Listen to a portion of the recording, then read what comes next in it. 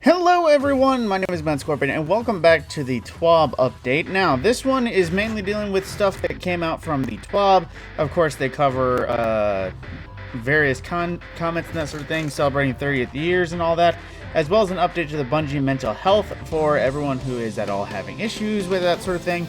There is the accessibility thing. If you wish to join in on the conversation, you can.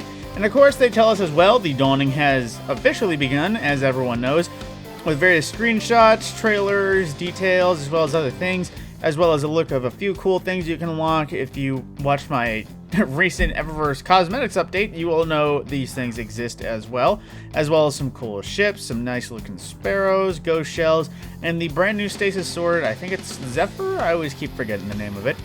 Now, as well, they do mention there is a new Prime Gaming drop, so if you wish to get Queen's Breakers, it's ornament that I always forget the name of. I think that's the Sail of Osiris and a random legendary sparrow that isn't even really that unique. Actually, no, that was the Quality Cut exotic ship and the October Dash legendary sparrow. Honestly, these Twitch drops, if they want anything good, they shouldn't ever include a legendary sparrow. They're next to useless. As well, they talk about things. Let's see, the Twitch bounty shader. We are currently investigating an issue where players are not being rewarded with the Watcher's Shade shader upon completion of a gift sub bounty in the Destiny 2 Twitch extension. Players who did not successfully receive this shader along with the other bounty rewards will be able to acquire the shader from Amanda Holiday once this issue is resolved in a future update. As well, Taskmaster Triumph for the Moments of Triumph will not gain progress when completing bounties from destination vendors. This includes vendors such as Devram K in the EDZ, Avarice on Europa, etc. To ensure progress is recorded for the Triumph, players should make sure to complete non-destination vendor bounties from those like Zur, Shax, or Savala. Now, as well, there are a few resolved issues. Today, in a hotfix was released to the world. Basically, players can now reclaim the strange key from Zur in case it was deleted. The Paraversal Prize Triumph are now correctly unlocked for players who earned the Forerunner exotic weapon, and players who lost their streetwear bundles due to a full inventory can now reclaim them from Zur. Now, known issues. Challengers Proving 5 may no longer unlock for players after completing number 4. The Poison Wing Spread ornament for Le Monarch has an arrow permanently knocked when stowed. Interesting. And we are investigating reports of slow menu and UI load times. Rally flags don't fully fill up Tier 1 and Tier 2 super bars. That's basically saying any of the now slowest supers not completely filling for some reason. That's an oopsie. Data pads may no longer be able to be scanned in Presage, and we are investigating reports of random crashing on the PlayStation platform. Suck it, PlayStation. Now, that is most of the details. They go into some more movies and art of the week per the usual, just because that is stuff. Let's see, what is this? Oh, that's right, I did see this myself. This was one that was actually pretty dang cool because of it was somebody who showed their appreciation of Phoenix Fall, the new Phoenix Protocol ornament, which is pretty dang killer. But I mean, either way, oh, gotta scroll all the way back down. No. Come on. Let's see, that was Art of the Week. And then we have, oh, jeez. One blind is seeing these parts. Jeez. Okay, so that was a brief model. Now, it's the final TWAB of the year, folks. That is right. We will not get another one until New Year's passes. I do believe that means Bungie's either going on holiday or that's just the last one they got.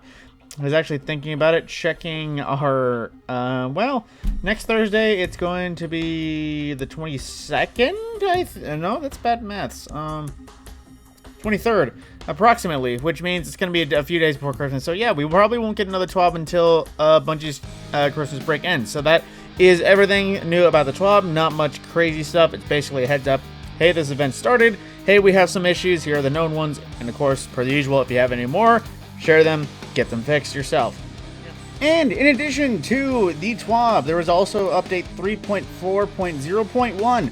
And there's a few good things that fixed. First off, fixed an issue where players were not placed into the flawless matchmaking pool upon flawless passages, as well as other issues. Grass being fixed, of course. Grisbrax, who I think is the bosun to Avarok, the final boss, his faction icon would not appear. The reward lockouts are gone, so now you can farm, of course, per the usual. New items from the loot pool and power are gated to once per week. Basically saying, you can, if you haven't gotten IS Luna yet, you have one more chance on each character to get a new IS Luna. After that, if you didn't, you can't do it more and farm IS Lunas. That's the basic cutoff.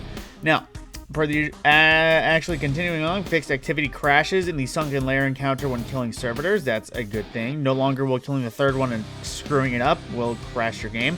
Prevented bad breadcrumbing, causing players to get stuck in the crystal pit after dropping down from the loot cave. Yeah, that's an issue. Players can no longer continue to generate cursed engrams during DPS. Oh no, I didn't realize that was a thing. Fixed issues with servitor bombs, sometimes disappearing without visual explosion effects when the timer runs out. Fixed falsely advertised weekly challenge pinnacle reward displayed when switching between classes and creating new characters. Fixed combatants that did not spawn in ogre and loot cave encounters. Fixed teammates not able to be revived if killed by a trap on starting platform in the Sparrow section. Oh no. As well as updated pathfinding to create or prevent cursed engrams dropping by the Reaver Vandal from falling into a pit. So hopefully, for the Gallahorn Catalyst, it's a little bit easier to get nowadays. Now, Dares as well fixed an issue where damage to aspects of Crota would sometimes not ramp up in line with the team buff counter that you will see on screen. Fixed an issue that allowed Vex Craniums to damage other players. Oh no. Now, they covered a few more things as well. The Grask boss in Lake of Shadows, his health has been increased by 34% to be a total of 134% of the previous value. He might last at least a minute or two against most fire teams now, even against Old Galleon. Fixed an issue where players destroyed the second and third blights before the first one. A number of combatants when spawn in addition to their normal behavior. They now also spawn if you attempt to move up the alley, regardless of the status of the blights. So, cheesing Lake of Shadows is no longer possible. Now, Scarlet Keepers will fix an issue where the crystal to continue the strike was permanently invincible if players got to the wizard at the first stop of the elevator and killed it before the crystal could spawn. Oh no. Now, for gameplay and investment, starting with weapons, added guaranteed drops of the Dreaming City weapons from completion of the Blind Well event. Sweet. Fixed an issue where Wish Ender Exotic Bow just blocked out ornament application altogether. Awesome. Now, abilities. Hunters, Marksman, and Gambler's Dodges now break projectile tracking in PvE. Specifically, right there, it says PvE. Now, fixed an issue where Stasis Crystals were damaging themselves without spawning. Fixed an issue where Magnetic and Flux Grenades were deleting themselves when impacting allies. Now they just stick to your allies on impact regardless. Fixed an issue where uncharged melee attacks were being suppressed for 1.5 seconds after Winter's Wrath Super ended. Increased the size of the area that Cold Snap Grenades uses to find its initial target from 10 meters to 20 meters. So it hopefully has better seeking just because of the fact that it can acquire its target. It might not improve its actual seeking abilities though. Fixed an issue where Penumbral Blast was not reliably creating Ice Flare Bolts if the impact or detonation damage killed the target outright. So Ice Flare Bolts hopefully is getting a little bit of a fix. Pursuits and Bounties change the champion kills objective of the Stasis Fragment quest Umbral Flames to require champion killed as Stasis subclass rather than with Stasis damage, period. And also players who discard the Xenology quest for character will once again be able to reacquire it from Xur. Now for issues, fix an issue where players are able to claim the Resplendent reward packet from Xur multiple times across multiple characters. Well, guess what? I already did it on all three, so that can be fixed. Players who own the 30th anniversary pack will now earn the Resplendent reward package the first time they complete the Daring Go to the Spoils, and the package can't be claimed from Xur prior to being earned from the quest. Players who purchase the 30th anniversary pack after completing the on-ramp can obtain the package from Xur in Eternity. So, players can now reclaim the class-specific Streetwear bundle packages if they got sent to Postmaster and were deleted. That's the gist of that. Players can now reclaim the Strange Key from Xur if they dismantle it as part of the Magnum Opus quest, and fix an issue that allowed players to earn rewards from the free chest in Xur's treasure hoard without a treasure key. So, that's some oopsies there. Now, for general fixes, wrapping it up for the end, fixed a bug in text chat where multiple clan messages could be received all at once after re-enabling text chat.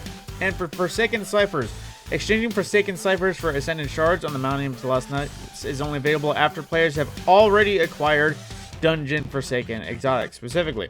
Now, the Monument to Lost Lights now displays a waypoint if players have Forsaken Ciphers to pick up, and exchanging Forsaken Ciphers for Ascended Shards now has a 4-second purchase timer to prevent accidental purchases. Buyer's remorse in my holiday season, it's more likely than you think.